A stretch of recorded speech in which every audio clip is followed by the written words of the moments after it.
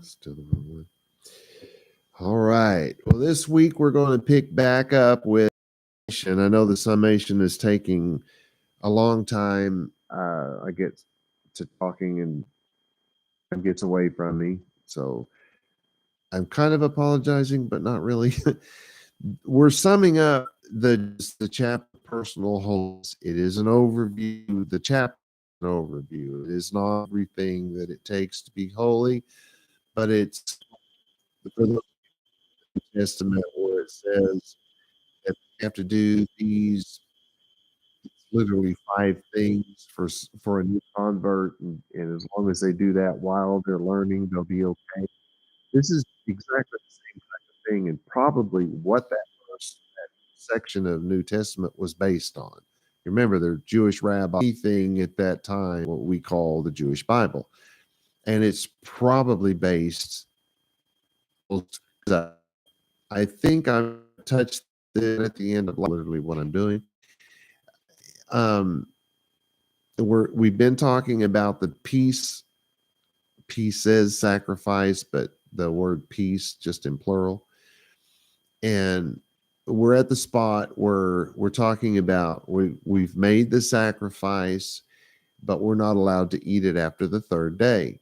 Anyone who eats the peace sacrifice on or after the third day is guilty, the text says, guilty, until there is a sacrifice for sin. Now, you've made a piece of sacrifice, not because you committed sin, but because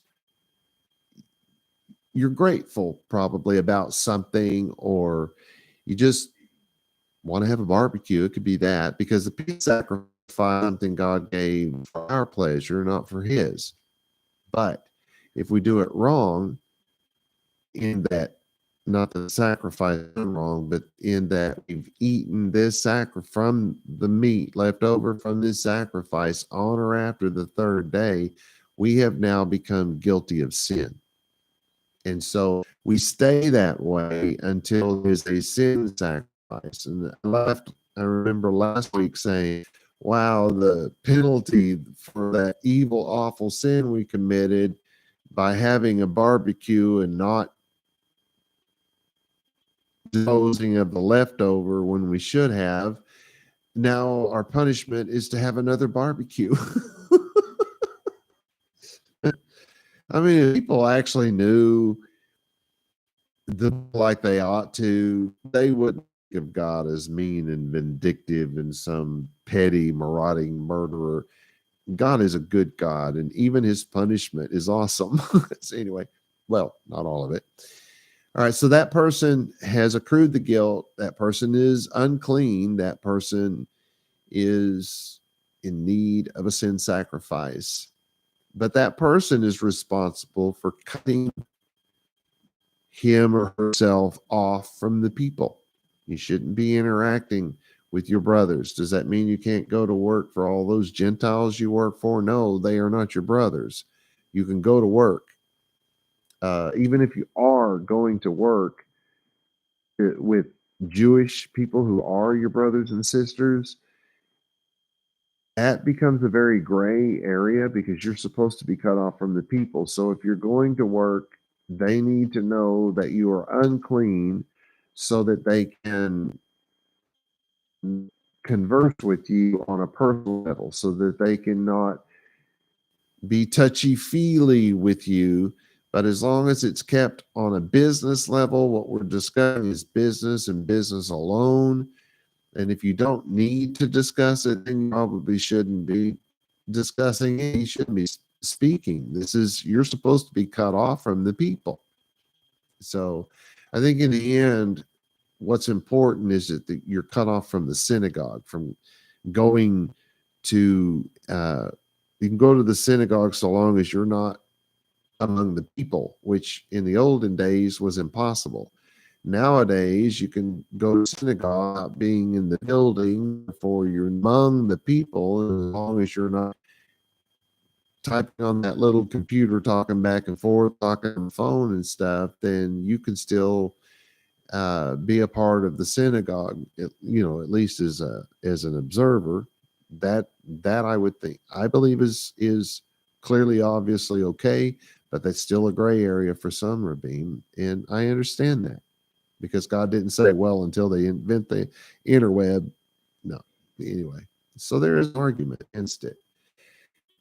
All right, so now if you don't cut yourself from the people, and your rabbi or whomever is the leader of your synagogue or whatever you call it, as long as we're talking about your observing and living according to the law that God has given, the Torah, that person is now responsible for cutting you off, if that person, of course, knows. But the cutting off of the people is not other people are supposed to point at them and say, unclean, unclean. I heard a preacher say that once. Like, where in the world did you get that idea? The person who's unclean is the one who's supposed to yell unclean. This isn't a shunning of the people. This is, you are unclean. And it's not like you can affect somebody else by this uncleanness. Now, if that uncleanness is bloody, pussy scabs on you, then probably you have maybe a medical professional who knows how to deal with that. I don't know anything about it, so for me. Anyway, I hope you understand that this religion, this stuff that is given to us by the Bible, the Jewish Bible, is about personal responsibility. You're the one that's supposed to cut yourself off. Other people are not supposed to be responsible for that. But if you're going to be irresponsible and not cut yourself off, and it's got to be according to what the law says. Don't say, well, Fauci is telling me this, and I don't know the name of those guys that disagree with him, but those disagreeable guys are telling me that. You can't just pick one and say, well, see, that makes me unclean. No, the only thing that makes you unclean is if God said to do it and you don't, you're unclean. If God said don't do it and you do, you're unclean. You understand? It's got to be, this is all based on what is in this book and nothing else. Anyway, that's your responsibility. I mean, you should live by it. So the next thing that comes up is we wind up, and of course I forgot to put that paper under that paper so that I could look at my little cheater sheet here, because I always get subject and topic confused because they literally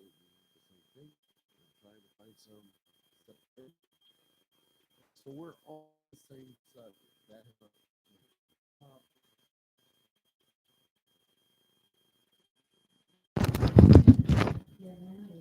How's that? Yeah. Sorry. I guess I keep hitting the mic. We've been meaning to buy a replacement thing and have not remembered to. It's definitely my fault. I do apologize. I just hit it again. No. Anyway, so I'm assuming we're still where you can hear me. I'm making a separation between subject, topic. So even though it seems like there are changes of thought, if you will, in this chapter, the subject is personal cleanliness, an overview of personal, not as in you've taken a bath and smell good, but anything that you have done that is against God's law makes you unclean. It doesn't have anything to do with you got mud on your hands, something like that. In this case, we just spoke about you made a sacrifice because you feel grateful and thankful, or you just feel an overabundance of love toward God, or maybe you just want to have a barbecue. Doesn't make any difference. There's no rule about what your reasoning for this sacrifice is.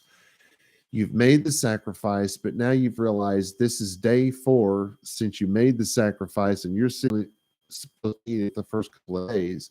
So now you have become unclean. You are not some disease carrier. There is probably no chance that 4-day-old meat is going to give you a disease. Well, maybe back in the olden days it would, but not now. But you put it in the icebox, whatever, it should be good.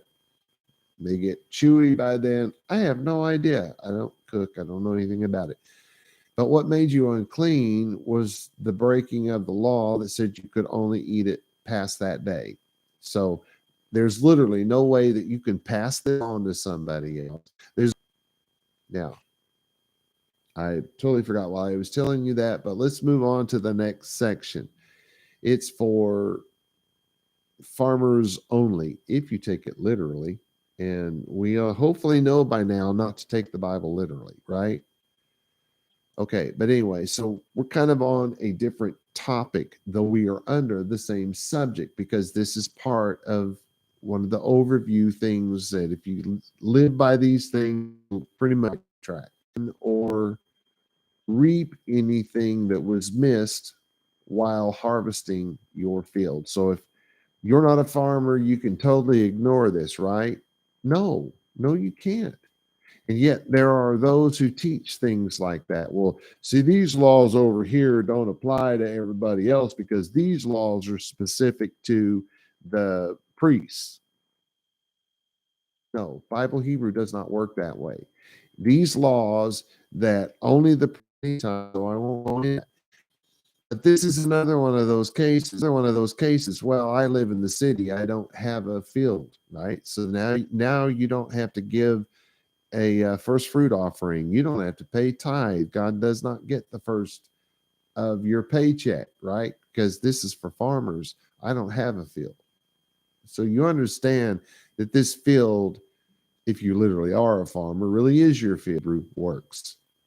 So your field is that which brings you that which you need to live. It has something to do with you having food to eat.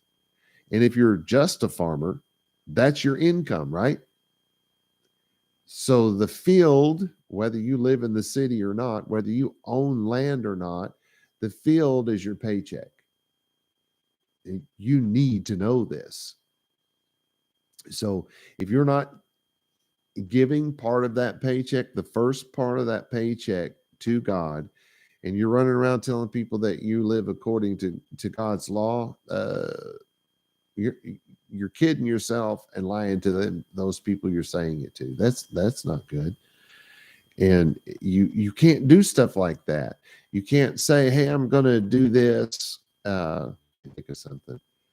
I'm going to come and lay the carpet here next Monday, and then you don't do it. You've committed a sin, and you're a liar.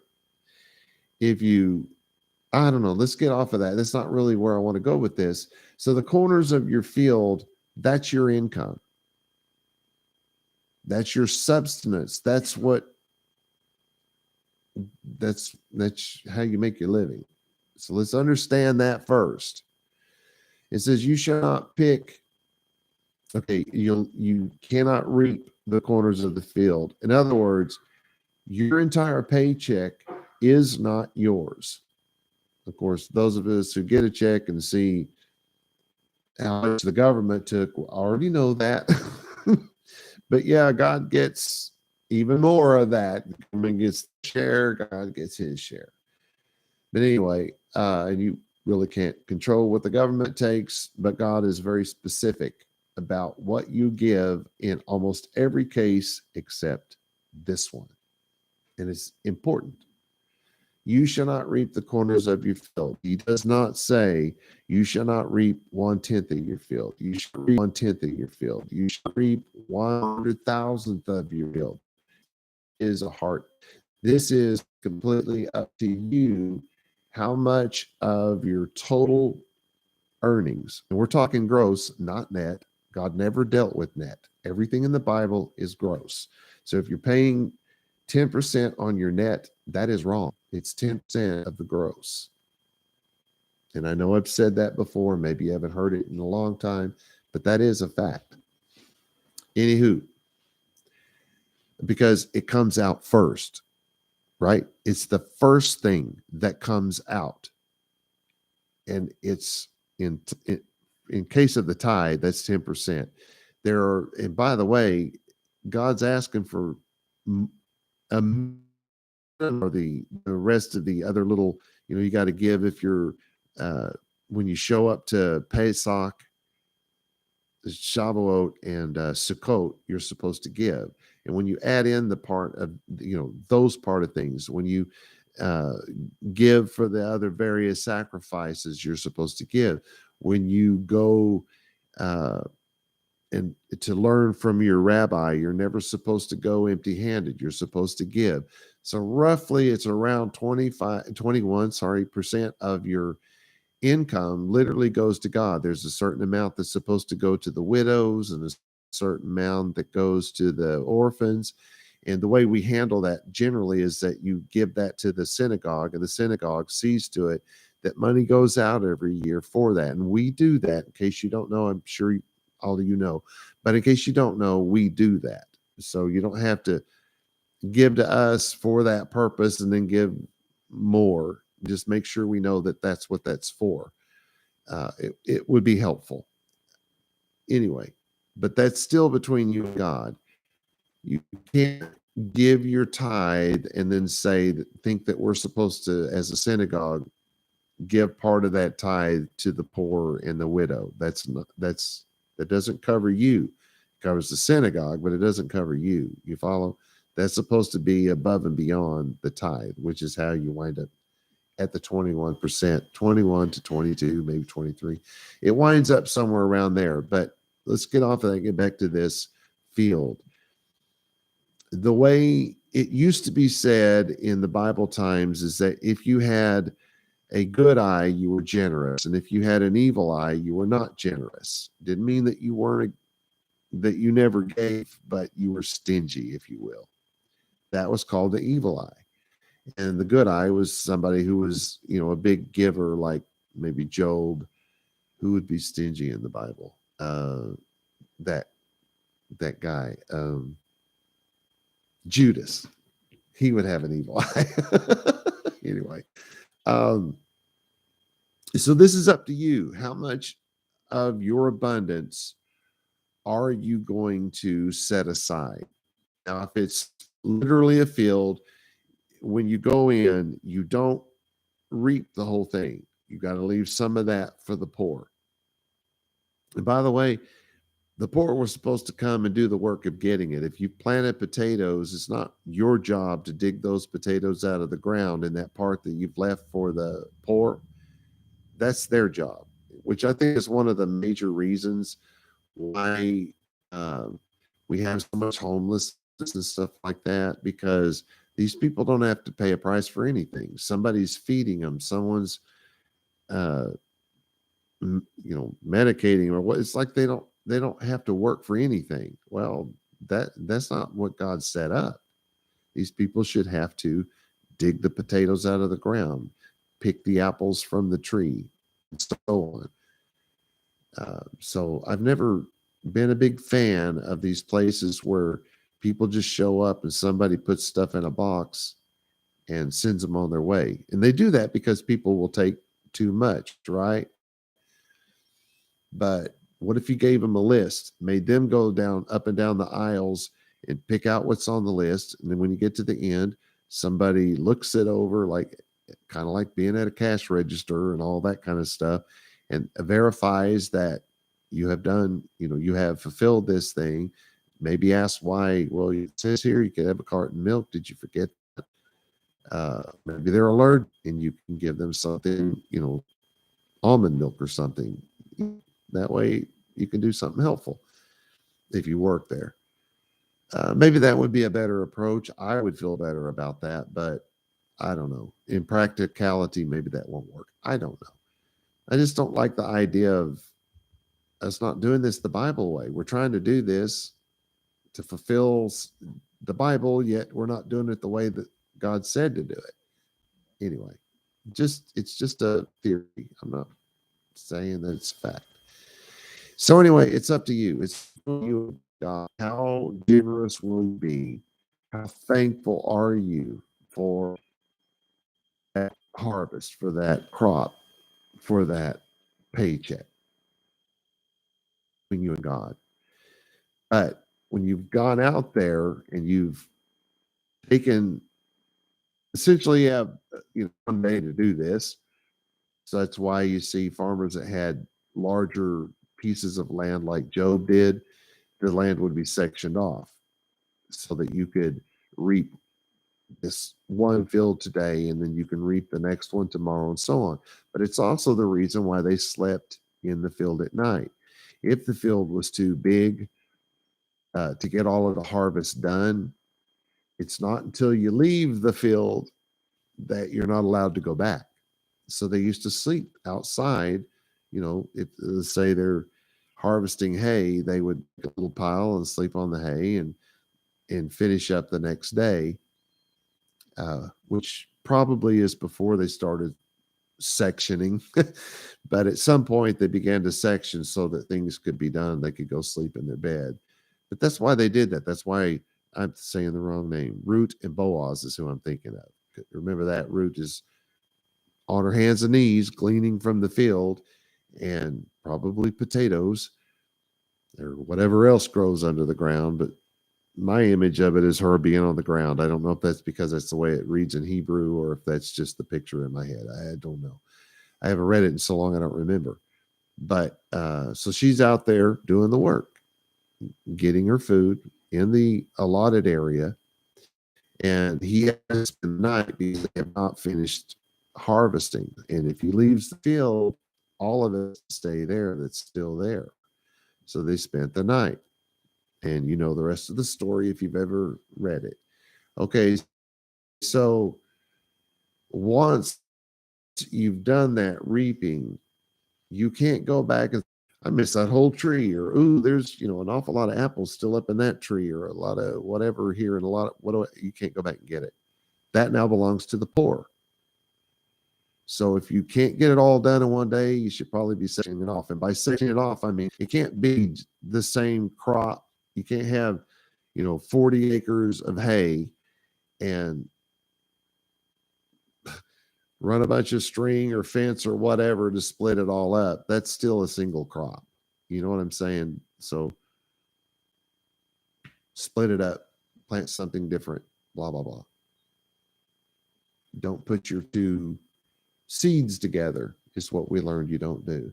So this is part of what holiness is. Are you thinking of God first? Is he getting the gross because you realize you can't possibly know the net when you're giving him the moment you reap, get your check or whatever? Even if you live on a budget, you don't know that your transmission's not going to go out on your car or that your animal is going to have to go to doctor or you follow what I'm saying? This is all about the gross. And that's how much of this particular thing goes to God, is set aside for the poor. It's up to you. All right. So you can't go back and pick up things that dropped. You can't go back because once you leave that field, none of it's yours. What can we learn from that today? Once you've given your money to God, to your synagogue, you're not giving it to your rabbi, you're giving it to God. And once that money has been given, it's not yours to ever ask back. It's not yours to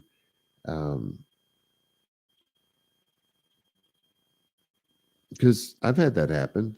People give money and then, oh man, I was paying attention. Can I have that money back, please?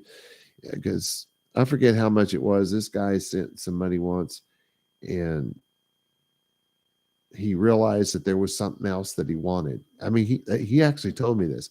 Oh, well, I was going to buy this other thing and I realized that I gave you too much money. I can't afford it now. So I need some of that money back. Well, legally, I'm not allowed to give him that money back. I gave him the money back that he asked for out of my own pocket because I think the way people used to launder money was to give it to a religious organization, and the religious organization will give them most of that money back and keep a little back for themselves for the.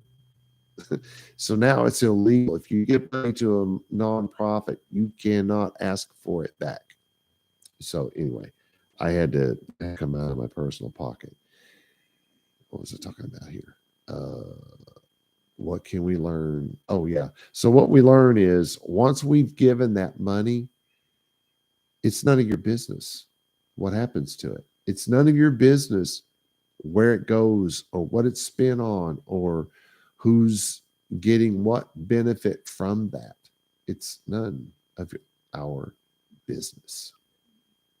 That's honestly what we should learn from 9. So when we give to God, and what God does with that. Believe me, if God doesn't want someone to misappropriate funds, if God doesn't want somebody to go, build a big multi-bazillion dollar house with, an aircraft landing strip on it with multi-bazillion dollar airplanes and walk around bragging that he's a billionaire, still none of your business. If God doesn't want that to happen, I'm pretty sure God can stop it. So if he doesn't care, why should you? Just going to throw that out there, not naming names, but there really is someone who does that or did that or whatever. So 10, you shall not glean or pick up any fallen grapes. And that's an example. Grapes, it's not, well, these are oranges, right? It's only an example. You won't pick up any fallen grapes. You shall leave it for the poor. Of course, who are among you, obviously, because you can't leave it for the poor who live across the ocean. And it says the poor proselyte. Think about this.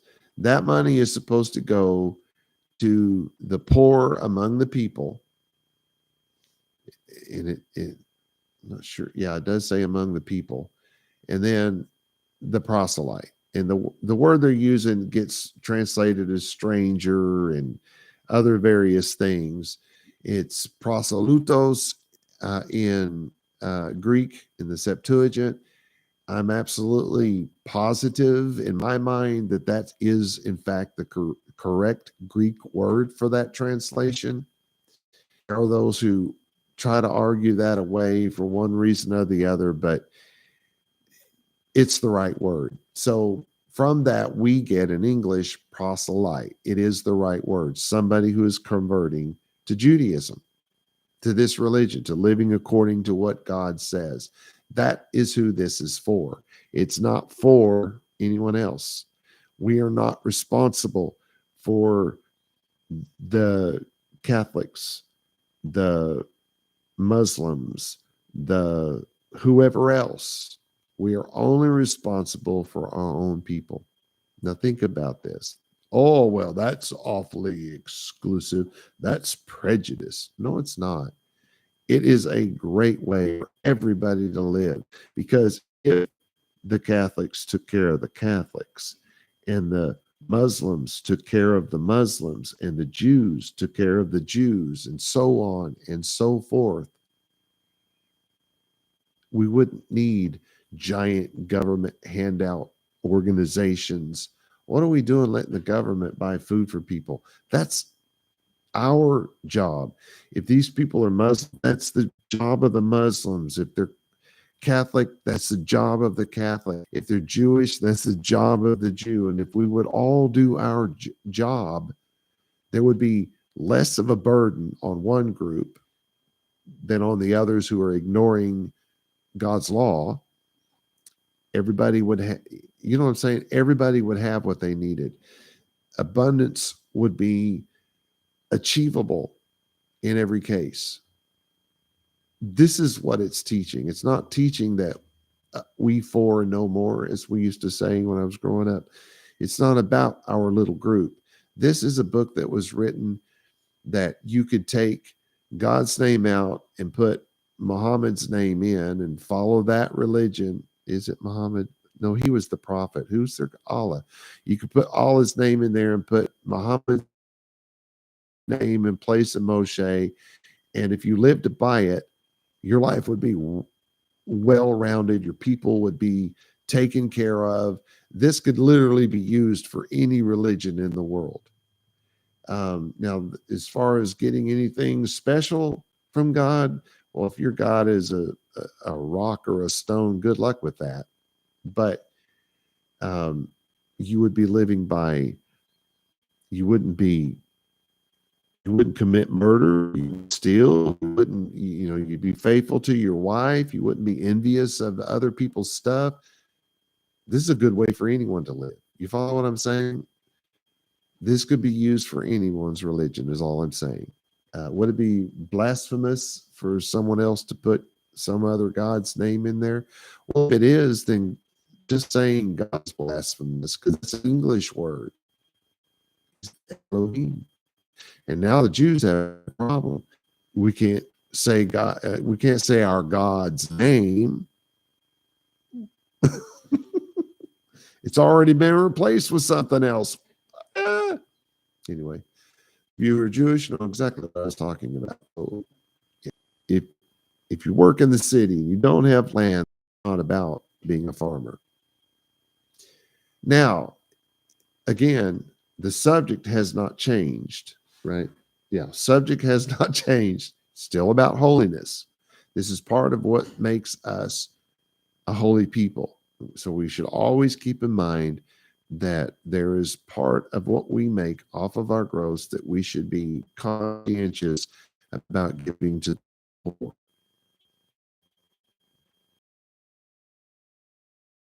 $1, that just go off and get drunk. You know what the Bible says about that? It says, give them strong drink, which means alcohol, hard liquor. Give them strong drink for their misery.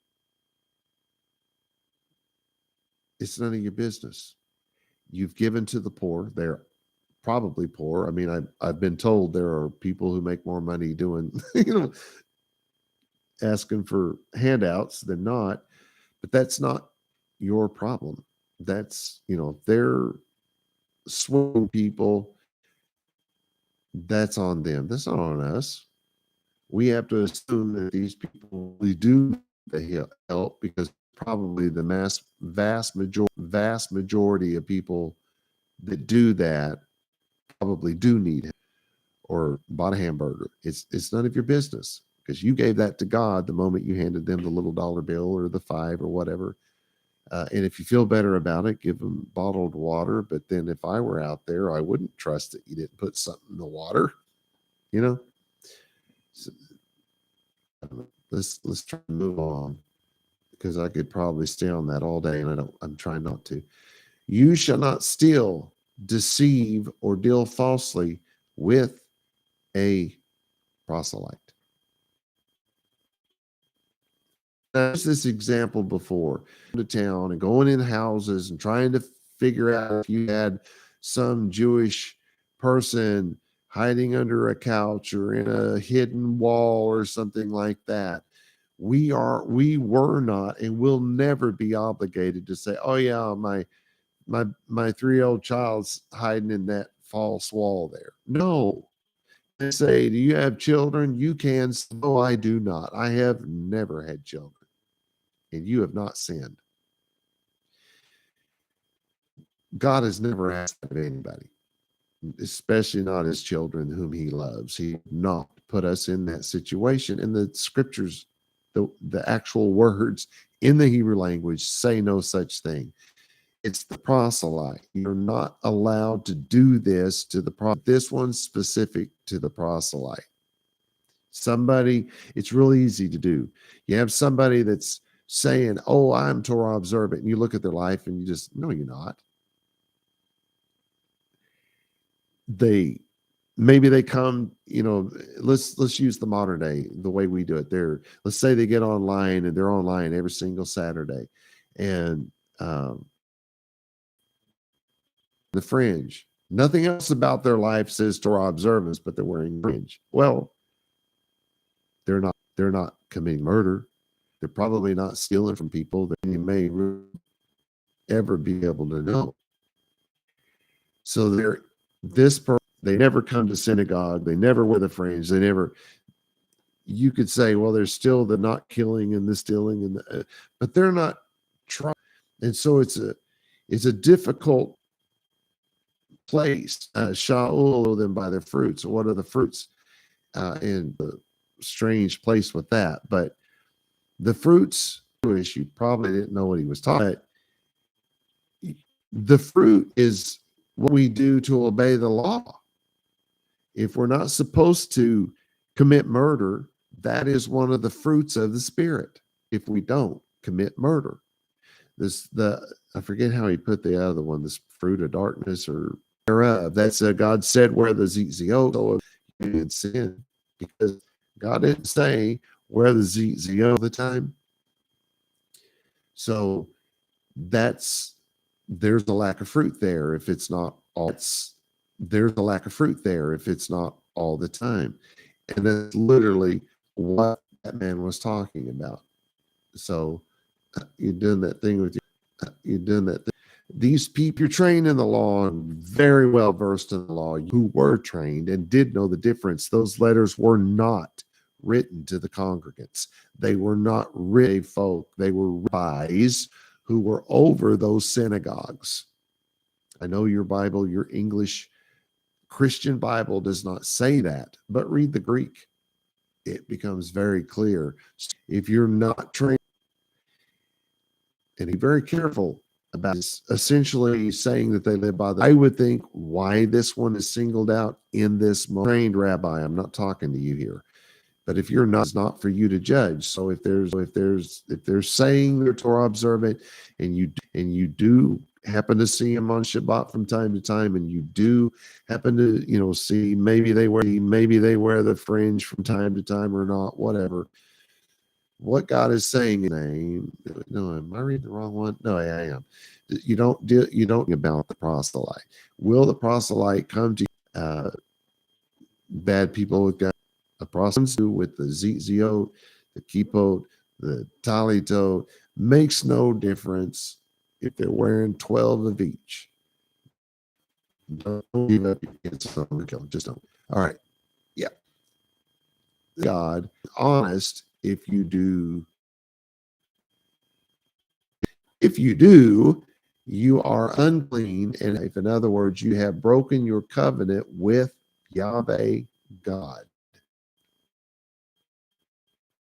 Again, let's talk about should not treat close friends unjustly, nor plunder is his. Back, those two could have probably been split up as two different things.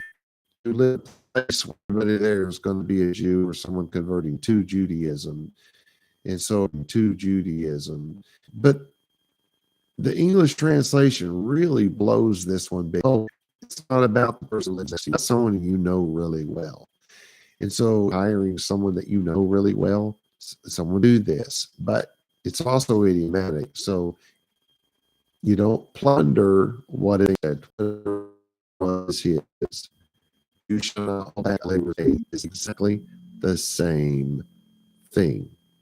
Explanation of an idiom, or it is the idiom. So if it's the explanation, the next sentence is the idiom. If it's the idiom, the next sentence is the explanation. That is how it works in biblical Hebrew. So what we have is the explanation followed by the idiom. The idiom shall not hold back a laborer's pay. Now we're talking about money for some guy working for you. That's not what's being said. The explanation of the idiom is you shall not treat a close friend. That's what you shall not hold back a laborer's pay means. So that's the rule of idiom. God's law does not allow us just then. God's law does allow us to plunder the spoils of a nation we have beaten in a war.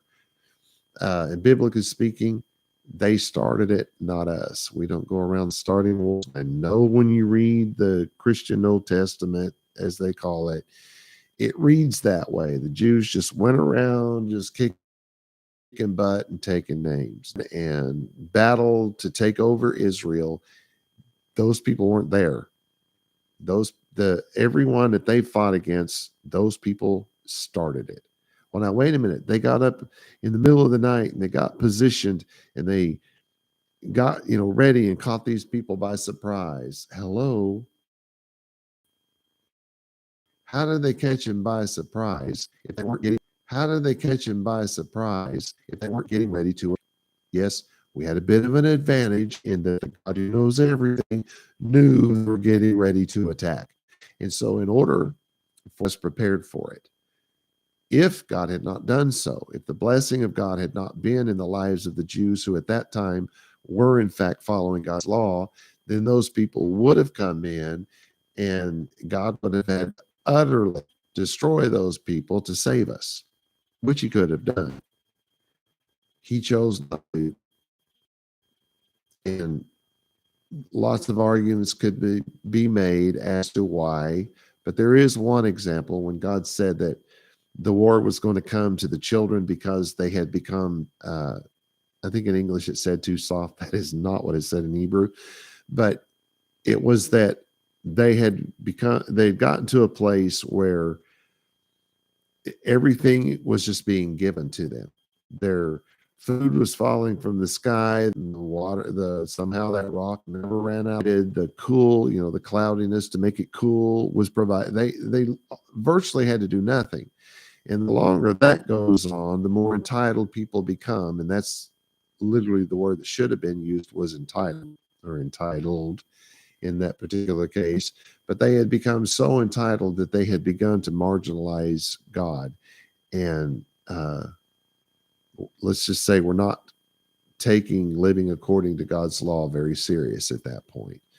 And so that is a real example of why God could have kept those other foreign armies from ever even attacking Israel, but God allowed that war to come their way to help people to kind of appreciate what God had done in their lives. They just God had done in their lives. They had just kind of forgotten that they had everything they had because of God, not because of themselves. So when you become entitled, it's as you get to this place as if you think that it's owed to you or you have it because of some thing that you did. And there's one example of a possible reason why this stuff happens. But the Jews should not be starting a war. I'm just saying. So, yes, we as Jews, if you will, as followers of God in that time, who were calling themselves Christians by then, we had, according to God's law, when we took America and parts of Mexico, without we were allowed to take it all. We did not owe them reparations. We did not owe them a living. We owed them nothing. Now, in the moment we told them, well, you can have this land, to move them from one to another. And we said, you can have that land and you can have this, paycheck from now on. As a nation, we were then obligated, but not by God's law. We were never obligated to do that. But and now there are people from Mexico who don't know that history saying that America should give them that land back because it's not fair. It's not rightly theirs. Not only did we paid for it, Mexico and California, all that area that those people are saying belong to them. No, it's ours. And biblically speaking, that's okay. Anyway,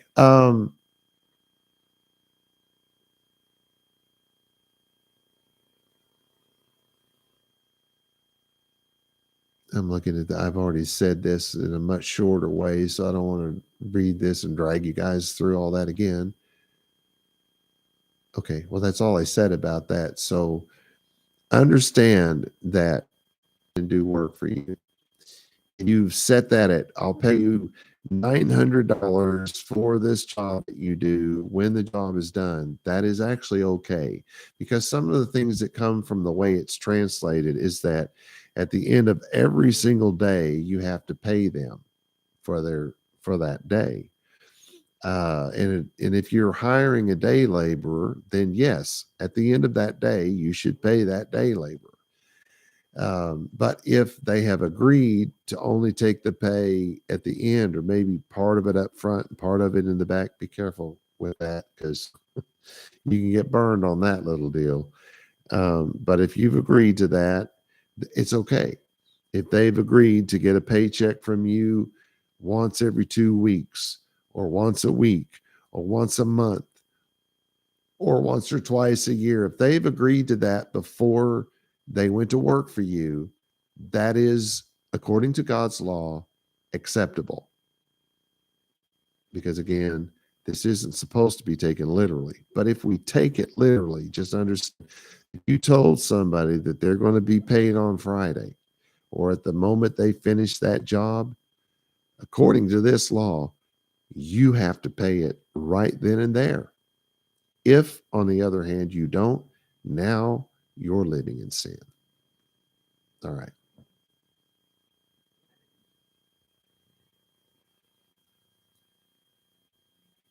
I'm cutting it close. Well, I'll read through this. We may go into detail next week. Maybe I won't need to. Let's see what we have here. This is coming from verse 14. You shall not marginalize the deaf. And in parentheses, I have those who cannot physically hear / those who cannot hear the truth. The deaf. It's a little, it's not one or the other. So we can be talking to someone who literally cannot hear you, but this is an idiomatic language. What we're really talking about is those who cannot hear you in a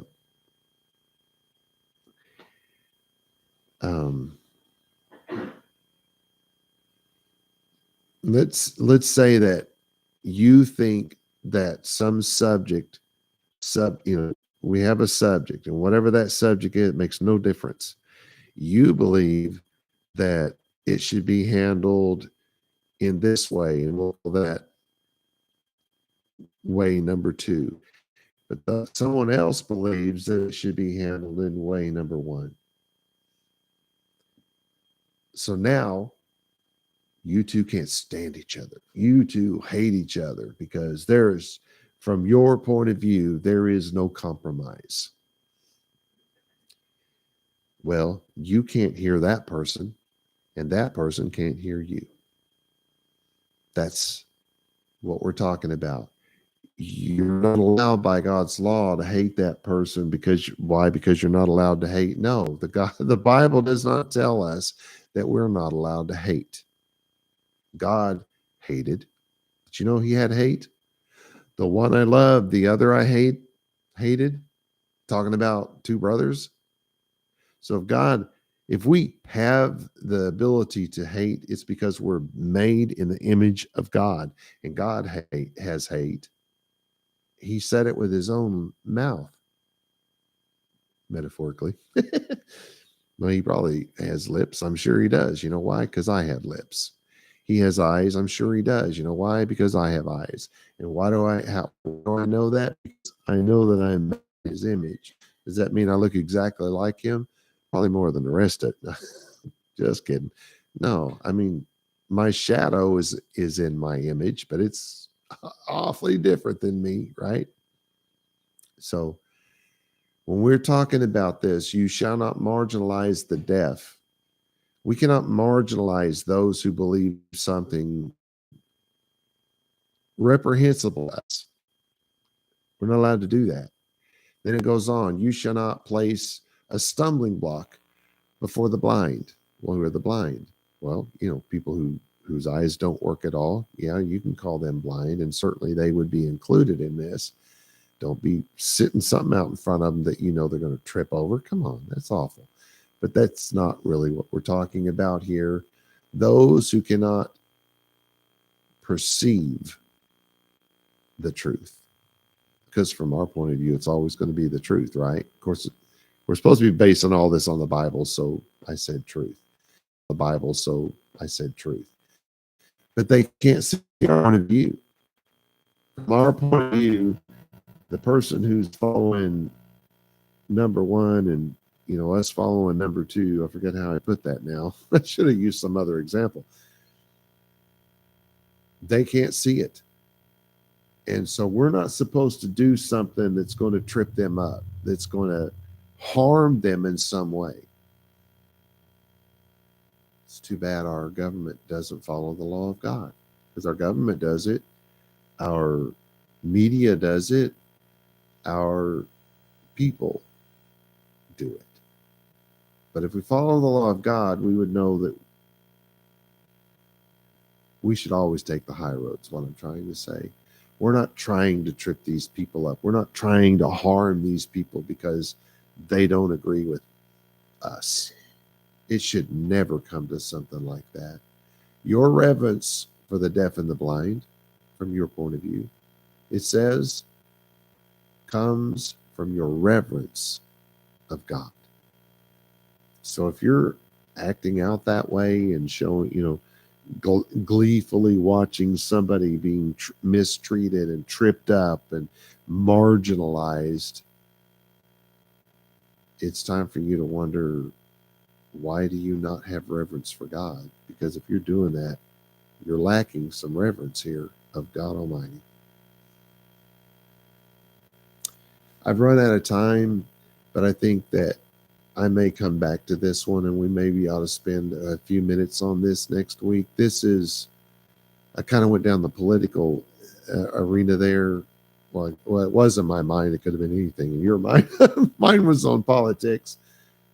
But there's so much here that needs to be uncovered, because this is part of what makes us pure before God. This is part of what makes us a holy nation and a pure people. If we did, we would mostly be living an almost completely pure life before God. There is more to it. This is a summation. And in particular, we're working on a summation of the summation, trying to break it down to make sure we fully understand what we just learned from the Torah. But these basic things, if everybody did it, even if they have their own religion, even if they have their own politics, and whatever else there is out there that can divide us, there would be respect among all the people. There would be, I don't know, I guess to me that's what's missing more than anything, is manners and respect. And it's because of the lack of reverence for our God. Whoops. I went over. Shalom, shalom, everybody.